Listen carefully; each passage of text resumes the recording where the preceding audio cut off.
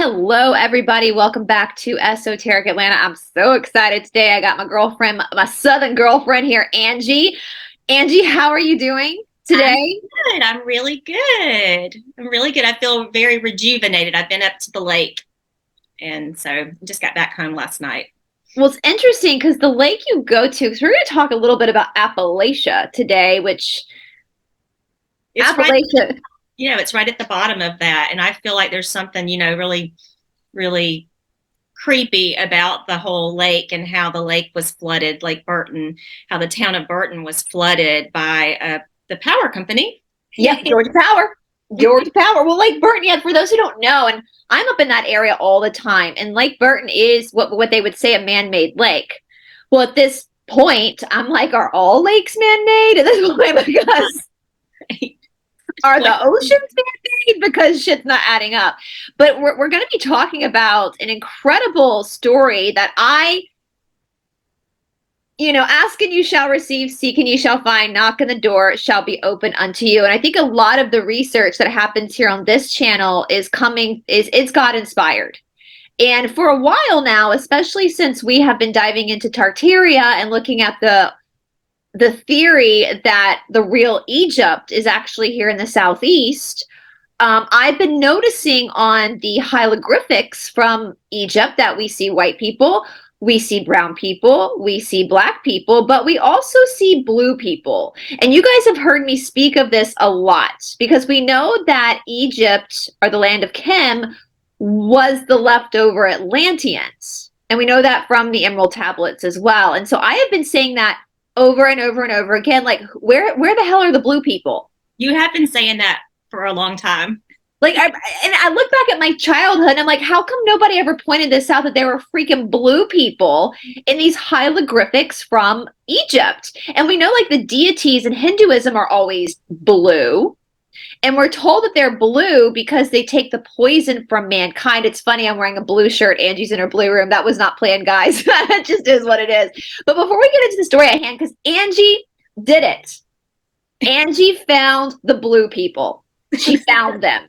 And that's going to be the subject of our conversation today. And we're just going to talk about it today. And then we're going to do a part two. And we're going to bring Stephanie on board and do a little deep dive through the tarot cards. Trying to obviously abide by consent. We're not going to look into the actual family, but we're going to look into maybe the story around methanglymiopia.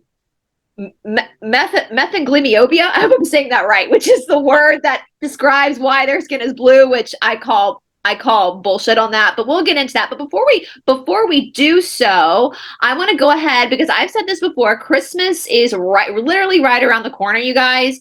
And Angie has a great company called Fickles where she pickles things. And I've said this before, you guys, and my computer, I'm still on my laptop, guys. My new desktop is still, I'm in the process of transferring all my stuff on it. So that's why my laptop is not totally pulling up the website. But I'm going to put her website down in the description box below because I think that this is a brilliant Christmas gift. It's been really busy. My website is booming right now, which is making me very happy. I keep hearing the cha-ching sound whenever somebody orders. And I want everybody to know that the Brice code is still there. So just your name, all caps, Brice, you get 20% off of any order. I will put that down in the description box, guys. And I know I'm so sorry. My laptop I'm on is so freaking old, so it's not pulling up the pictures. Hopefully by next week, I'll have my new desktop up and running, so this will come in even clearer. But I'm serious. Like, if there's someone in your life that, ooh, that looks good, that you have salsas, you have all sorts of stuff. You have barbecue. I mean, there's so much stuff here. It's like, if you have people in your life that you don't know what to buy for them, this is amazing. Like the Georgia cheese board. Like, I mean, there's just so much here. Okra, Bloody Mary and pickled okra combo. Look at that. This is an incredible Christmas gift, you guys. And again, I'm going to put the website down below so you can pull it up yourself with the code Brice for 20% off. I mean, like, especially like if your kids' teachers, your basketball coaches, like stuff like that. Like, these are great Christmas gifts. And I know I was on the phone with her yesterday, Angie. We weren't even filming. And she was going on and on and on about how amazing your pickles are and how amazing everything is coming from you. And she was like talking about everything that she wanted to order from you going forward. So, and Stephanie's not Southern. She's our Yankee friend. And if that Yankee friend is saying this is good, you know it's good. So make sure that you guys go and check out Angie's website. Seriously, we love our small businesses. And I'm going to also pull up, I thought I had Angie's YouTube channel pulled up, but I might have, sometimes what I do is I will share screen and I realize I have so much up on my my tabs from all my research that I accidentally exit out. So this is Angie's YouTube channel, guys. She's hysterical. She's whenever I see Angie, I always think of Divine Secrets of the Ya Sisterhood. So it's pretty much like that with me if you ever get to, like, if we ever hang out in person, because it's like that. It's like Ya sisterhood kind of stuff going on. I mean, Southern women are the best kind of women. Sorry, but we're savage. We're savage with pearls on.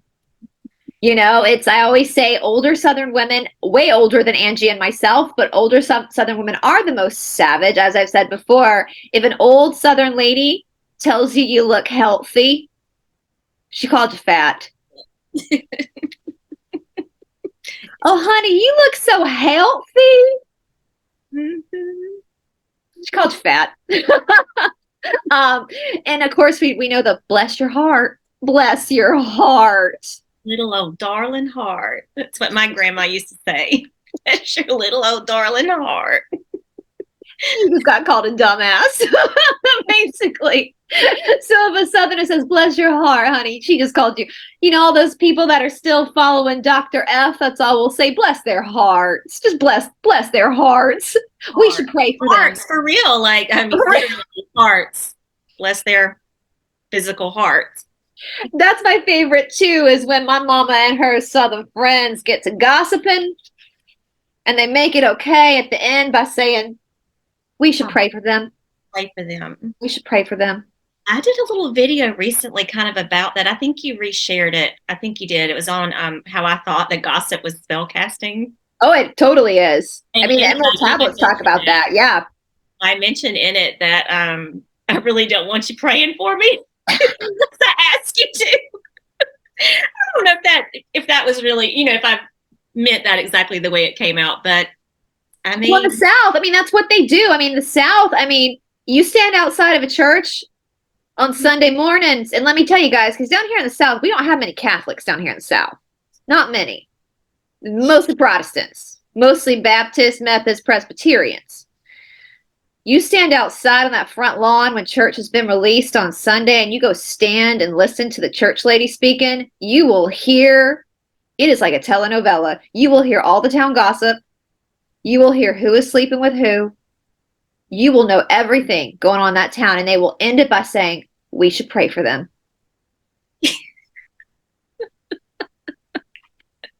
It's so true. It is so true. And I used to send a woman that I know that's in a prayer group every week. I used to always send her prayer requests for my friends, for anyone. I used to do that. Like, I'd say, I know you're going to prayer group today. Could you pray? Well, that was just giving them content. I know. We're like, why do we need to pray for Mary Elizabeth? Like, what? I say Mary Elizabeth because my sister is Mary Rebecca. We have Mary Elizabeths, Mary Catherines, Mary Joes. I had Aunt Mary Joe. I say Mary Elizabeth because that's big in the South to have a double name. Yes, it is. All of my girls, like Mary Kathleen is my daughter, my oldest. We call her Kat, and then Margaret Rose. Yep. Rosie. We don't use both names, but at first I thought we would, yeah. When they were, yeah. My sister, I call her Mary Becca. Mary Rebecca is her name. Was my great grandmother's name, and it's a double first name. My great grandmother, they called her Maybeck, from Quitman, Georgia. Maybeck. But my sister, we call her Mary Becca, and I put my middle name. My name was never supposed to be a double name, but I get mail for Mr. Brice Watson all the time. So I always put Elizabeth in there because it's like, damn it, I'm a girl. I'm a female. I was born female. And that's big in the South too, because Brice, I know I've said this on my channel before, Brice is my mother's maiden name. And that's big in the South for girls, especially, to get their mother's maiden names. And I had a friend growing up, her name was Morgan. That was her mother's maiden name. One of my friends was about to be named Walters as a girl, and her father stepped in and said, absolutely not. But that's a big thing to do down here in the South, is to give your daughter, especially your daughter, your maiden name. I would never do that to I'm not going to give my child the name Watson. That's just not going to happen. But yeah, that's huge. My niece, her middle name is Watson, our maiden name. Second. He's saying, it's my husband, y'all. He's putting orders together, and he's like, I've got to take one jar out of somebody else's order real quick, but we'll have it ready tomorrow because we're making more. But today I need to take this one out, so she's only going to get 23 jars instead of 24 jars. But it's somebody local. She'll understand. Business. Yeah, I can't. You know what? I know many people who are very familiar down here in the South with your company. And when I talk about, you're like, oh yeah, I buy her pickles all the time. I didn't know you knew, so yeah, very Southern. I love it. Sorry to interrupt. He was like, you're fine. Taking care of business. Well, let's get into it, Angie, because you and I even said this, like when I was last in DC, and it's funny, I was actually looking at a map before we were filming of where this family was located in Kentucky and how close it was, the proximity to Washington, D.C. Because even when I was just recently in D.C. back in July, I went to the Lincoln Memorial, and I had a huge reaction, first of all, to Lincoln Memorial. I felt very peaceful there, and it did not feel like, it felt like a temple. And then you walk inside and you see the word temple literally written behind Abe Lincoln. But then if you go to the Lincoln Memorial and you look up to the side, on either side of Abe, big old Abe, are these like Egyptian hieroglyphic pictures. And wouldn't you know it, they're the blue people again. The blue people. There they fucking are. Who are these blue people? And then Angie, bless your heart, Angie, not bless your heart in that bad way, but bless your heart in a good way. You text me and you're like, I found them. I found them. So take it away, Angie. Let's talk about this. I barely even remember all my research because that was like a month ago. But I was up at Maggie Valley, North Carolina, with my daughter and her friend, and I had nobody else with me but just these two little girls, and I was just doing some research, and I started thinking about just the Blue Ridge Mountains. We had just driven through the Blue Ridge Mountains and to get there, and I started just thinking about the color blue, and I started thinking about, like, Brice is always talking about this. I was thinking, well, maybe there's something, something I can look up around here. And like, first of all, I was thinking, like, why is it called Maggie Valley? And I did kind of figure that out, but I stopped researching that once I found the blue people. I found them. I literally got a text from Angie. She was like, I found them. Well, and that's where bluegrass music comes from. And so, guys, what she's talking about, the Blue Ridge Mountains, this is part of Appalachia. And for those who are not from the United States, Appalachia basically it's a mountain chain that runs all the way up the east coast of the United States. In Atlanta, I'm at the very tip end of Appalachia.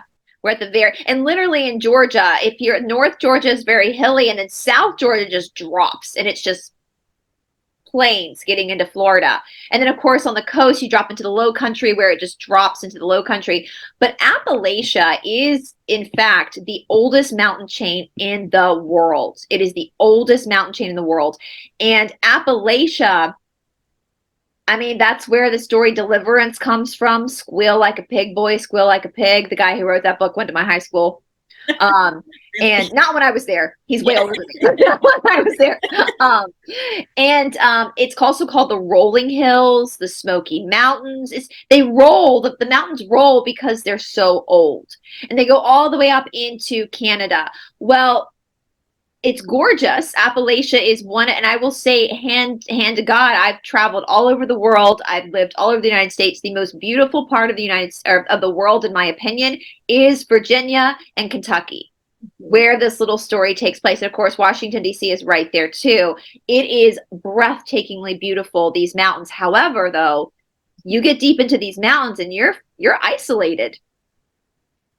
Well, and whenever I was up there, I realized we went to go see a waterfall nearby, and I saw that there was a Cherokee Indian reservation. And I was like, oh, I just want to like pull in there. They'd sure let me in, like whatever. I've got Cherokee in my blood. So I thought, well, maybe next time when I don't have these girls with me, whatever. But anyway, so I started looking at the Native American history there, all kinds of different things. I started looking at the Irish history because I noticed there were so many different Irish churches around. I didn't really get too far in that research, but that's what kind of started this whole thing. And then with the Native American thing, I got onto the Trail of Tears and then came across an article somewhere about the Native Americans talking about the blue people that lived underground. And then I thought about Ruby Falls in Chattanooga that's underground, where I got very, very sick there whenever I went there as a child. Yeah, I couldn't, they had to take me out. I was shaking. Like, are you kidding me? Okay, I did not know that. This is so, guys, Ruby Falls is in Chattanooga, Tennessee. It's also where Rock City is. And we live very close. Like as kids, we would go before Georgia had its own aquarium, we would go over there to the aquarium in Chattanooga. Angie, one time when I was really little, I was probably 8 or 9 years old. My dad took us up to Ruby Falls and I refused to get into the elevator to go down. I threw an ever-loving temper tantrum. I'm sure the church people were praying for me that night. I refused to get into the elevator. I don't know why. Yeah, so what the explanation they gave me, and I was like 14, the explanation they gave me, like the people that worked there, was like, oh yeah, it happens sometimes with people that have claustrophobia. Well, I really don't have claustrophobia, but that's what they told me. I mean, I got a fever, chills, started shaking, crying, couldn't stand it. And we were walking down, we'd gone, I guess, down an elevator, but then there's a section. Since I have been back, but when I was that age, I mean, I remember it. I have a very vivid memory. I probably was like 9 because my sister was probably like 4 or 5. And I have a vivid memory of, it was just my dad. I don't know where my mom was. And my dad had his 2 daughters. And I remember getting to the elevator to go down.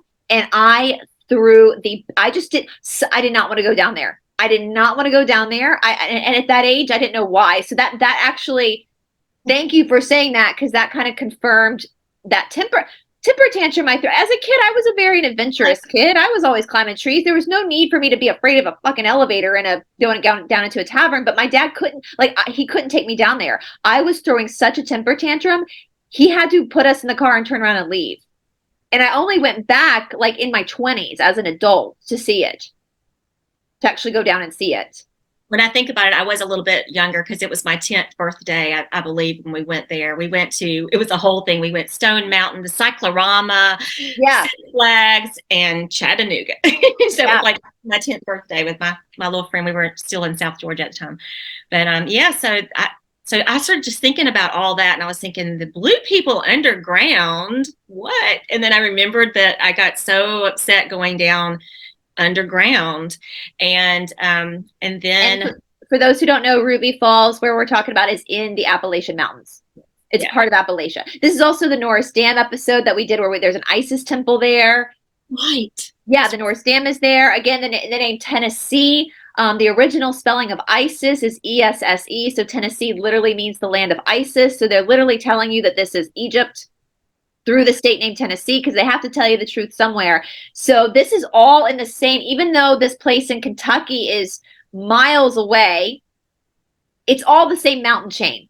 It's all the same mountain chain. It's all the same. There's all the same mystique around it. And it's so interesting that you had that reaction and I had that around the same age then we were when we had those reactions to Ruby Falls. Yeah. Interesting. Maybe we should do a deep dive later on into Ruby Falls. Love that. Yeah, I'd love that. I'll be brave and go back. I'll go with you. I mean, it's not that far. Chattanooga's not that far from us. So bring some sage. Bring some sage. We'll just put crystals in our bra. I didn't have a bra at that age. I was braless at that age. So I even remember the outfit I had on. I had on a white t-shirt and like orange shorts, and my hair was really long. And I like it's such a hardcore like memory.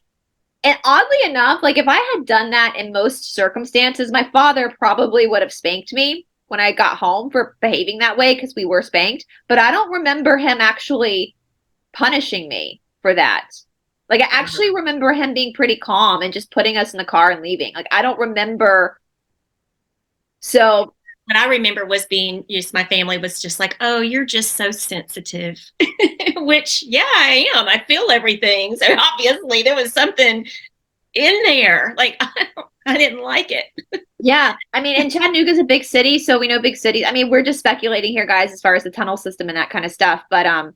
But yeah, so the blue people, the Native American, the Native Americans, like they tell you the truth about everything. If you go back and read Native American writing, they're like, listen, Yeah. aliens are real.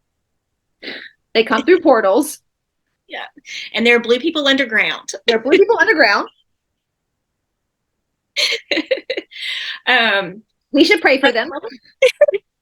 just scrolling down on Google, then I find like a man in the 70s was the last one that Yeah.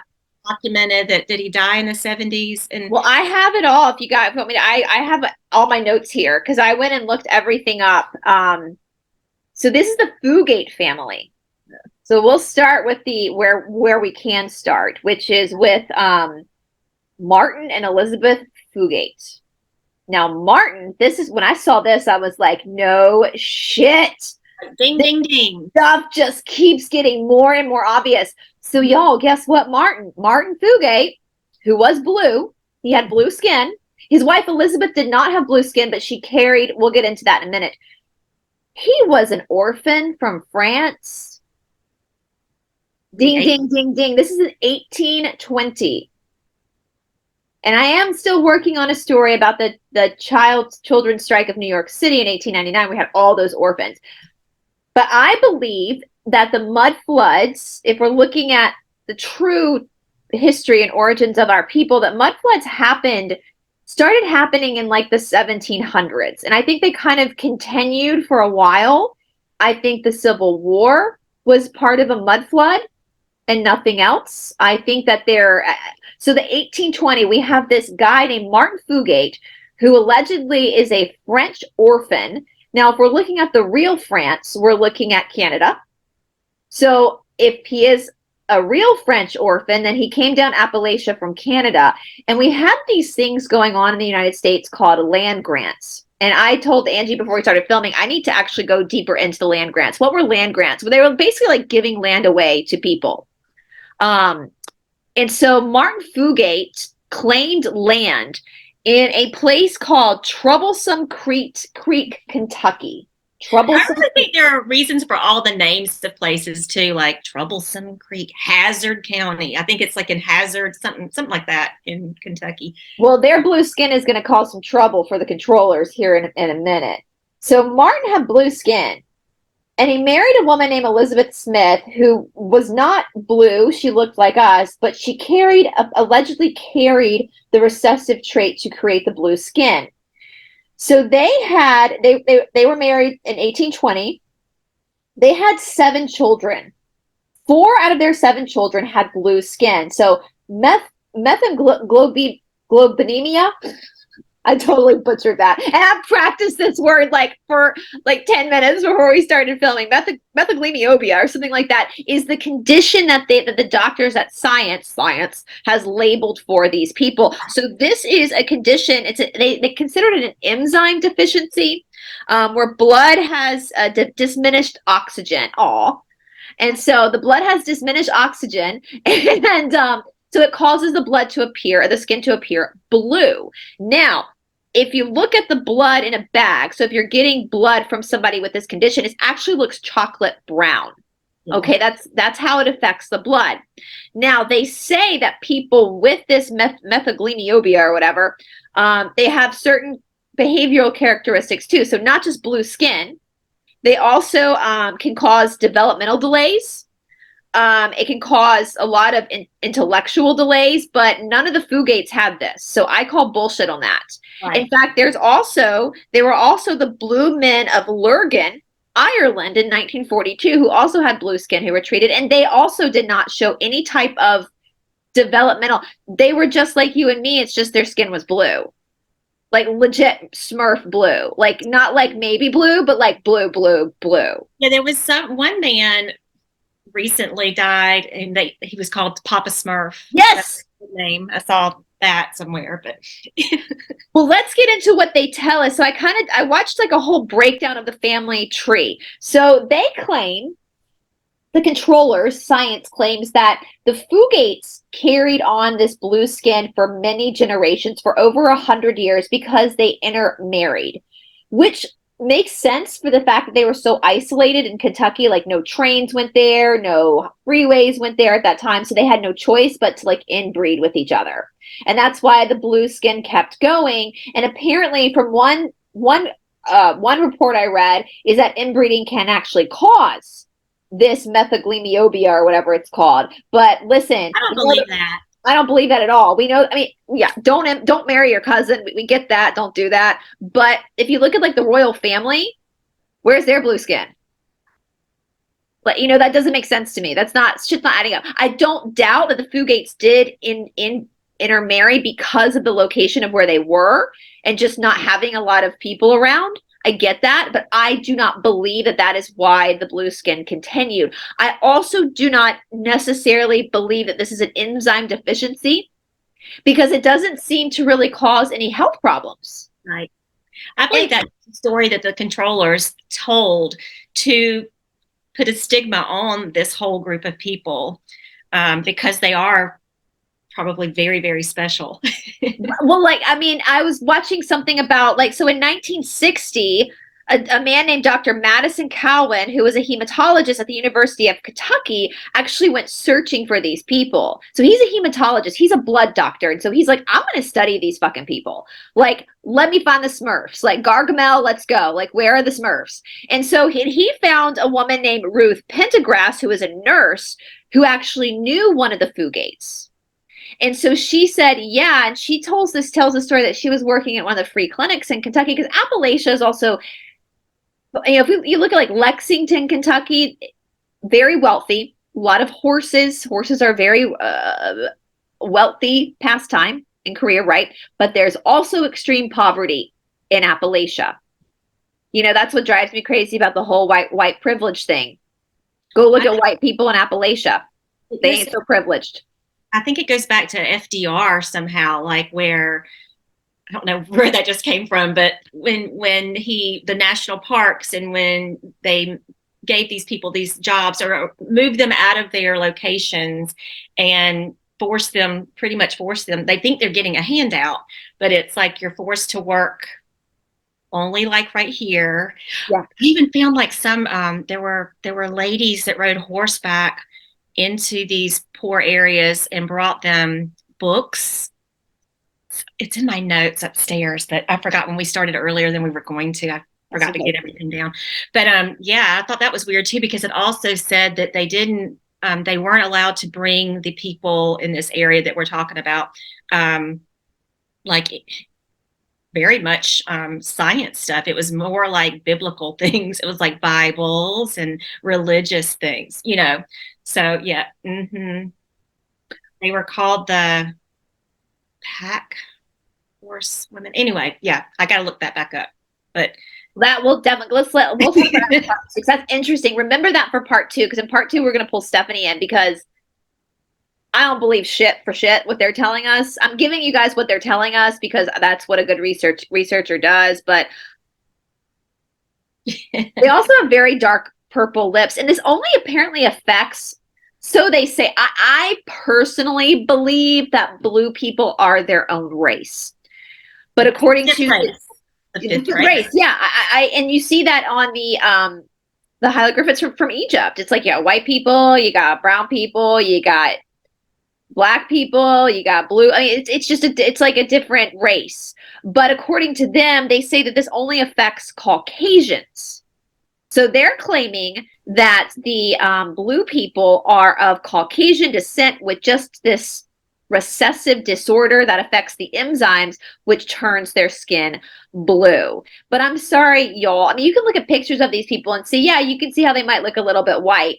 But I mean, bone structure, that kind of stuff, you look at yourself and a black person and you pretty much got the same bone structures too. So like, what's the big deal? They can be their own race, right? You know, you can look at a Latin person and a white person and see the same bone structure, even though the skin color is different. So I call bullshit on that. I don't think this is a condition that only, it's like they say like albinos only really affect black people. I just, is that another race too? I don't know. I'm just calling bullshit on literally everything because nothing's adding up. And when you start to dive into these stories and you see things like, oh, Martin Fugate was an orphan, you go, well, fuck me. They're the orphan trains. Like, here we go. Like what you know a lot more about this than I do. Like what was the reason for all these orphans coming from all these other countries? So it was the mud floods. So the mud floods basically killed everyone. And so they took, from my understanding, the controllers took the DNA from the bodies of the Tartarians and put it in an incubator and created babies in these labs. In the Cabbage Patch. Like Cabbage Patch. And that's another, we still got to do maybe you can come with us, Angie. Let's do Cabbage Patch together because we enjoy it. I'll totally go in there. I mean, it's just right down the road from the lake. I mean, it's Let's do it. Yeah.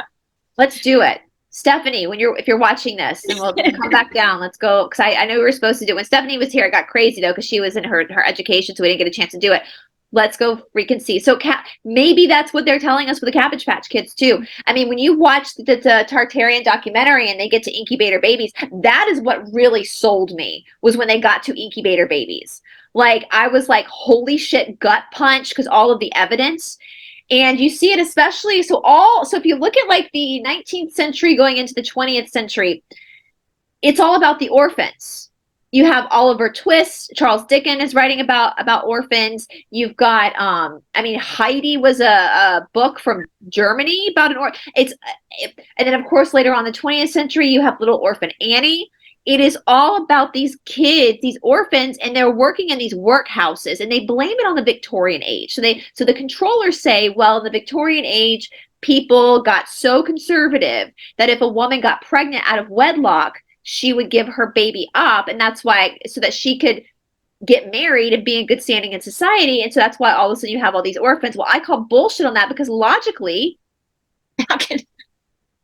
not that many. I mean, some women were, I get that, but not many. Not, it's not, to have that many kids, that means that like every woman had to get knocked up 4 or 5 times. Having a litter. There were so many orphans, so many.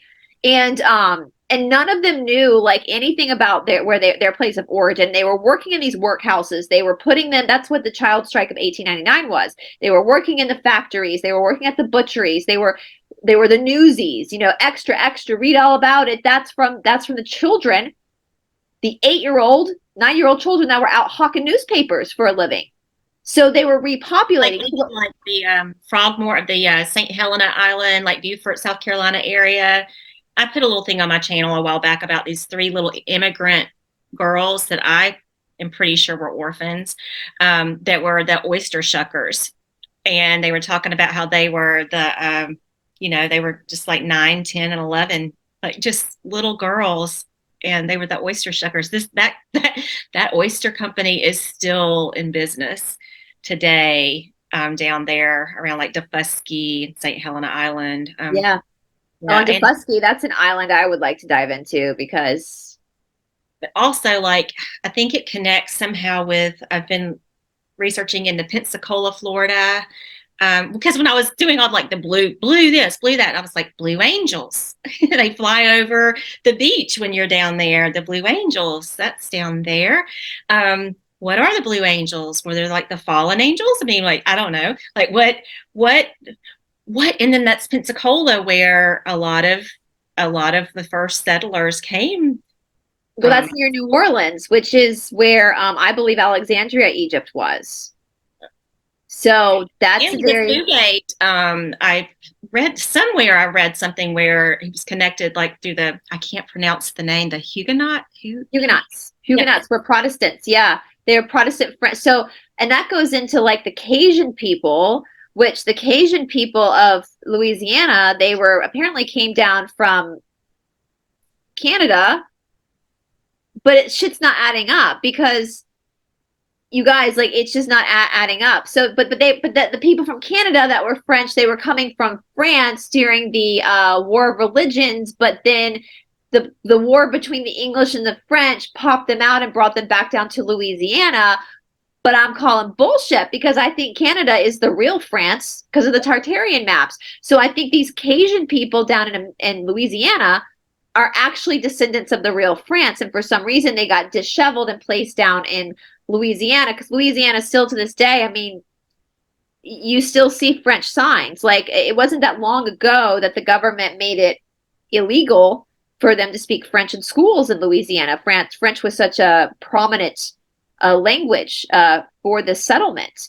And but New Orleans also has heavy Spanish because the Spanish owned it for a while. It's just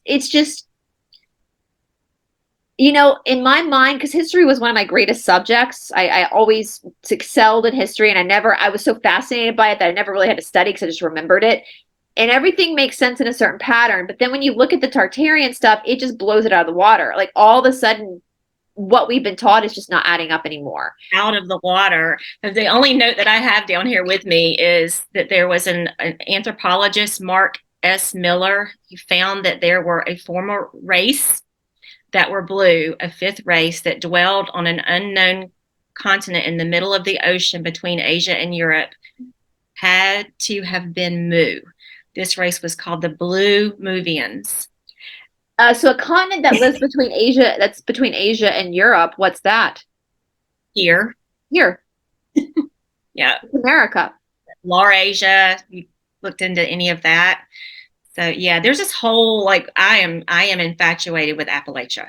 Like there's a whole thing. I'm wanting to go kind of deep dive into ginseng too that grows native up there, but they're not letting the natives have it anymore. It's in all the national parks and it's being sold to China. That's where when Yeah, you get ginseng. it all comes from China. You think it comes from China.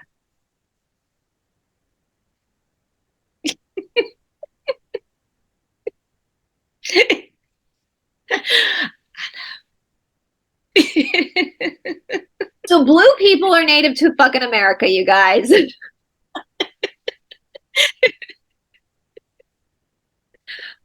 Well, apparently, so there was this Luna Fugate that was literally like the most blue of blues. She had 13 children, and I have in my notes that the last known blue person was born in 1975, Benji Stacy, who was a descendant of Luna Fugate because her husband was John Stacy. I mean, I know people have, this is going to sound so wrong, and I apologize, and if they are a different race, then I get it. And maybe the other people back in that time kind of had some memory that this was a different race. The story goes that John Stacy walked into church in Kentucky and saw Luna Fugate, this freaking blue woman, and was like, "Yes, I'll have her." At what point? I mean, I would be staring. I have to admit, if I saw a blue person walk on the street, I'd probably stare. But Benji Stacy, in 1975 he was born, so he's what, 8 years older than me. So he was born and his skin was blue, but it went away. It actually went away as now I looked up pictures of him now. He looks like a white person now. But part of me is wondering that over time, is medicine interfering with this to get rid of this race of people? Is this a form of genocide, basically? Yeah, because some people do go that are blue and they go and have some procedure done that they have to do often, I think. Yeah, they have to do it. They have to inject, like the 1942, the guys in Ireland, they had to be like injected with like some acid type. I mean, it's crazy. I watched a video of them injecting dye into the skin, but you have to go back because it will wear off and your blue hue will come back. But seeing now, like when they say like these people were kind of shunned from society, I want to meet a blue person, I want to just ask them questions. I want to say, oh my gosh, you are so special. Like, I want to know, like, I want to know you. Right. Like, Well, I was watching too when they were starting to run more medical tests on blue people, like in the mid 19th century. They got some of the Fugates to, I mean, this was a population of people in this that were now carry this blue skin, and they got some of the Fugates to volunteer to be like go through medical trials, but they were so embarrassed of their blue skin because they had been every time they left their little town in Kentucky, they were stared at that they like refused to come into the waiting room. Like they would have to be brought in separately because they would just get stared at so much. And so I don't blame them for not leaving that little area of Kentucky where they're not weird, where there's multiple of them with blue skin, so it's not strange.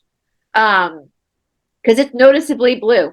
It's noticeably like when you see pictures, it's not just a hint of blue. It's blue. And yeah, they tried to sell us like when I first started covering the Rh negative stuff, which I'm O negative. They tried to sell the same thing that the Rh negative was a birth defect. It's a recessive trait. That's why 15% of the population is Rh negative and 85% of the population is Rh positive. However, if you look at an Rh negative person like myself, I have like every side effect of being Rh negative I have, including stigmatism, or what they call astigmatism. But it's not astigmatism because the back of my eye, behind my eye, not what you see here, but behind, is in like a diamond shape. And so I see lights differently. So it's not really astigmatism. So, and then they tried to sell that with blue eyes at one point. There was a huge article that was going around once about the origin of blue eyes, which I'm blue-eyed, that we all come from one ancestor where it was a birth defect. And I call bullshit on that. It's not a birth defect. These are markers, in my opinion, these are markers of galactic heritage. Why else would we have all these different hair colors, eye colors, skin colors, heights? And yeah, and you look at the Rh negative too, and I'm saying Rh positive people also have very strong psychic abilities, but for the most part, Rh negative people have incredibly receptive psychic abilities, and that's why the controllers like to keep the Rh negative in their bloodline and not outside of their bloodline. So, and we know that O negative was the Magdalene line that came over from Atlantis. And so this is, I mean, what kind of a shit show did we come to on planet Earth? Because nothing is what they say it is. I'm looking at a site that I found because I remember seeing something about the blood type, like being Rh negative. For blue people? I think so. I'm looking, and also, this is like a letter that somebody wrote to somebody. It's been published online. It's like, in my research, I always watch for the root words as clues to lost knowledge. And in the root of Nor, N-O-R, I found the missing link to the blue Movians and the latter Nordics in a little known Norwegian myth about a rarely seen island the locals called Formor or Cloud Island. It is supposedly 400 or so miles from the shores of Mo, due east from the tip of Hell. And he goes, that's right. It's called Hell. It is called Cloud Island because when it is seen, it is perpetually shrouded in a cloud cover. How many of us researchers have heard the story of UFOs hiding themselves in a cloud? Angie, that's the Smoky Mountains. That's why they call it the Smoky Mountains. That part of Appalachia that's near Angie and me where we live, we call it because it gets covered with clouds, doesn't it? Yes. The clouds get stuck within the mountains. I could not see. I had to wait to drive home yesterday just because I couldn't see like right in front of me for the longest time. It was just like I was in a cloud, when you're up in that area.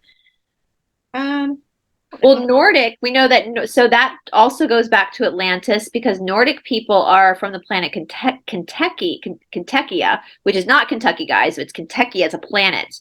And the Cassiopeans talk about this, that they were brought through, the Kentuckians they were good.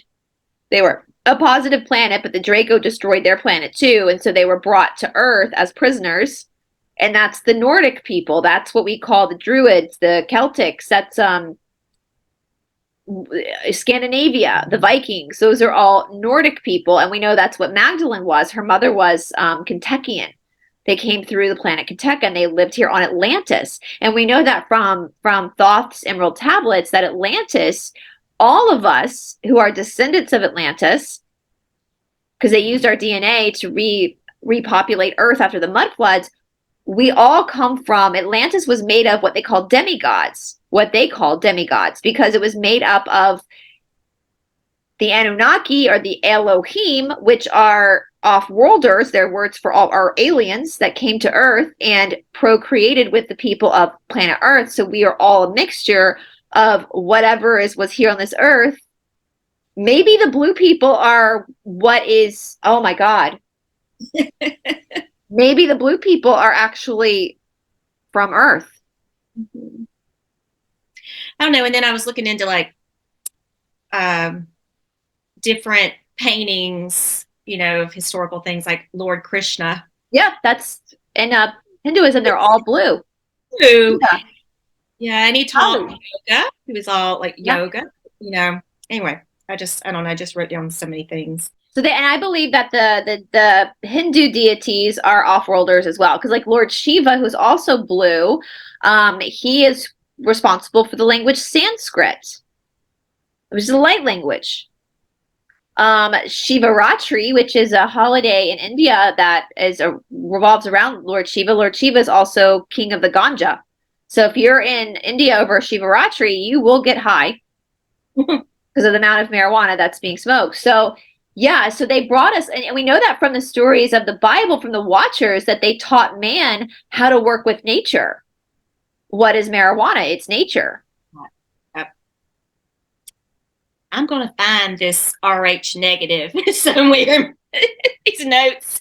Well, that's my thing. So this is my thing too. We might have to ask Stephanie this. So what I kind of got hit with just a second ago is that if all of us are if we're all mutts of galactic heritage, are the blue people, the reason why there's been such an onslaught to destroy the blue people, is that because they are actually the originators on this planet?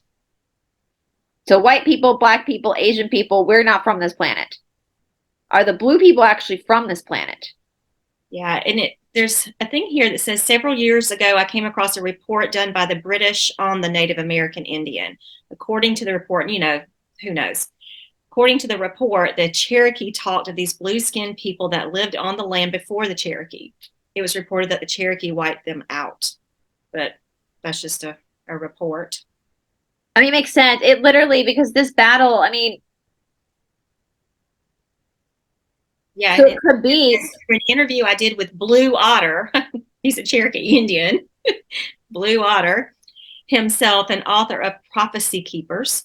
I found out that these blue-skinned people were not wiped out, but lived in the caves below the surface of the earth.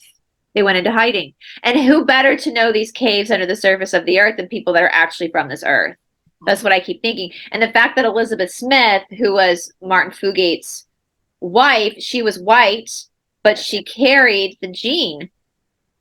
So that means that you could be a white person, a black person, an Asian person, and predominantly look like another galactic heritage where you actually do still have earth in you, because you might carry the recessive gene of method, whatever they want to call, whatever science calls it, the blue people gene. Gene. It says, he told me that the Cherokee accounts tell that when they came into the land, when the Cherokees came, they found many gardens, but not the people that would have tended to the gardens. Later, they found that these people of the gardens lived underground and came out only at night to tend the gardens. The food was harvested and then taken back underground to the homes they had there. These people had blue skin and large eyes. The sun rays were too harsh for them on the surface, so they chose to live underground away from the harsh rays of the sun and only come out at night using the light of the moon. Cherokee called them the moon people. Interesting. I've heard of like the moon-eyed people. They found these little statues. They're in some museum up in either North Georgia or North Carolina. But and they called them the moon-eyed people that the Indians had talked about, like because they had large eyes. Well, it makes sense too. So we know right now the sun that we have is like not our real sun, right? Listen, if somebody's watching this channel and you're just stumbled upon this, Oops. you might want to go back and watch some other videos because we're just taking off from where we left off. Listen, basically everything you've been taught is a lie. So the sun is not our real sun. And so we know that our real sun, I'm wondering like if they hid underground, was it because they are native to Earth? And so the fake sun, they couldn't handle the fake sun, whereas we can. But when the new sun comes out, when the fake sun's gone,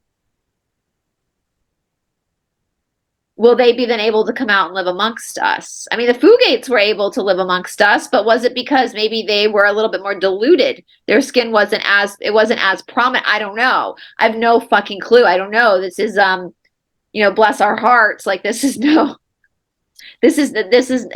have this is all speculation until we have all the information that available to us about our true history. And there's this. It says, although it was assumed that this race of blue-skinned people were wiped out by the Cherokee, we discovered recently that this may not be true. Several men were exploring some deep caves in Arkansas. After going down so deep, someone or thing started throwing rocks at them, apparently attempting to discourage them from going any deeper into the cave. The men scared off whatever or whoever it was that were throwing the stones and continued to go down deeper. After about 1 mile down into the cave, they came upon some plastic-type transparent tubes. At this point, they could not go any further, but they could see a city on the other side and saw several people with blue skin.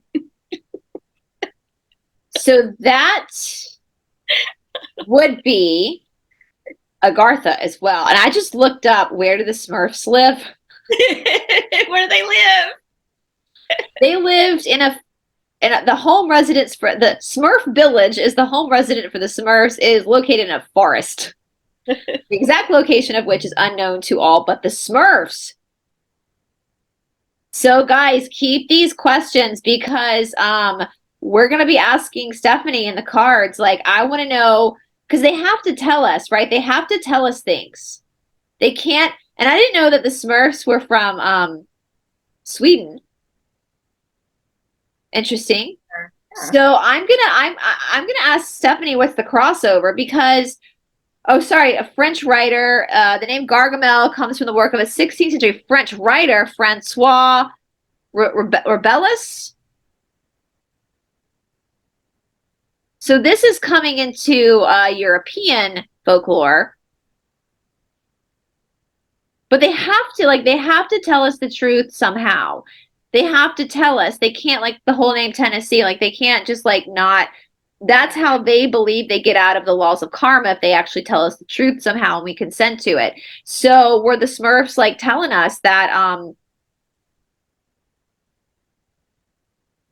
they're real? They're real. And Gargamel's trying to like hunt them and get rid of them. Why? Is it because they have the information to tell us the truth? Yeah. I don't know. I want to go back and watch the Smurfs now. I know, right? I mean, there's only one Smurfette in that whole village. That's interesting, right? It would be kind of fun to be the only girl with a bunch of men, but yeah, I get a little tired after a while. So, have you heard of the Anishinaabe Nation? I don't know if you can see it. Can you not see my phone? Can you? Oh yeah, yeah. Are they Native Americans? It's prophecy of the blue people. According to the prophecy, there are 4 groups of people: the red, the yellow, the black, the white. Courchene, Courchene. Courchene. How do you spell the Anish? What are they? The Anishnabe. Anishinaabe Nation. Prophecy of the blue people. It says Courchene says that from today's youth, a new group of people will be born, the blue people, who will be tolerant of each other and will bring spiritual harmony and sacredness back to the earth. This will prepare the way for a rebirth of Mother Earth. Interesting. So we're going through that right now with moving into. Is this Canadian? Are they Canadian? Because it just brought me to a Canadian website. Really? I don't know. I'm just on this one thing that I found. They're First Nations. Well, blue people are First Nations. Yeah. It says this race, the most ancient of all, was called the Blue Movians. They were very tall, about 7 feet, and very thin, and had extremely large heads. They possessed all manners of power of the mind, teleportation, telekinesis, etc. ESP. So basically, for what we're understanding now, the prophecy is basically pointing us that this was going to be uncovered during this time. Yeah. You guys, are we part of prophecy? Of course we are. Literally, I mean, I think God is sitting up there going, oy vey.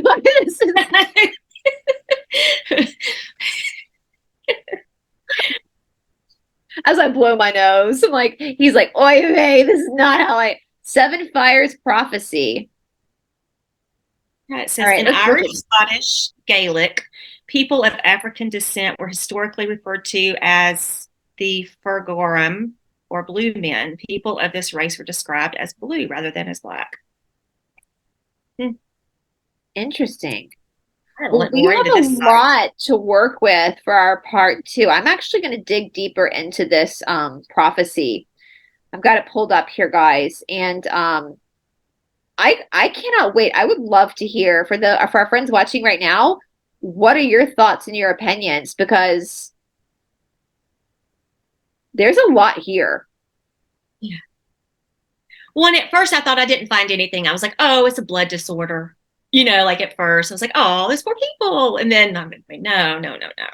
Apparently I have a blood disorder because I'm Rh negative, which bullshit. No, I don't. I'm Merovingian. So I think, yeah, I think so, guys. Okay, so I'm going to look into this prophecy. I'm curious about the Smurfs. If you're from Belgium or France, let me know what you were told about the Smurfs, because I didn't even realize that they were Belgium, that they weren't French, or they weren't American. Yeah. If you're from Kentucky and you know the Fugates, let us know, because if you are a Fugate, call us. Text me, find me on Signal, because I would really like to talk to you. If you are a blue person, will you come on my channel? Anyway, guys, also, if you're from the Southeast and you had the same experience at Ruby Falls that Angie and I did, let me know too, because that's fascinating as well, because I had no idea. I just thought I was being a weird little kid at that time, but obviously there was something I was picking up on that was not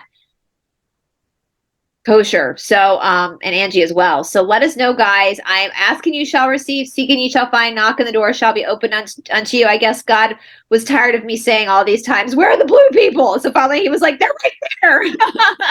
So let me know, guys. Thank you so much, Angie. I know we're coming up on an hour now. Thank you so much, Angie, for being such a trooper and freaking finding these people and bringing this to my attention. Thank you, you guys. Once again, go check out Angie's YouTube channel as well as her Pickles company, and we will be working on our part two. We'll get Stephanie on board and we will dig even deeper into this, but I want to hear from you guys, because as I've said many times before, with this stuff, there's only so much we can go off. And then we have to start connecting the dots ourselves, because we don't have our true history books. We just don't. And so we have to go off of a lot of speculation, a lot of critical thinking skills. I know people ask me all the time, how do you research? You guys, research is not regurgitation. Research is reading all the different information that's available and then using your own critical thinking skills to put things together for yourself, creating your own theories. And so that's what we're doing. So if you have theories, I would love to hear them, because once again, we're just all helping each other out here, because we don't have the truth. We don't. But we do know that blue people exist, and we do know that they are in the hieroglyphics on all the Egyptian paintings. We do know that the Native Americans had a prophecy about the blue people. So let me know your thoughts. All right, guys. Thank you so much, Angie. I can't wait to come hang out with you. Stephanie and I were talking yesterday about us doing a truther party up at the lake. Yeah.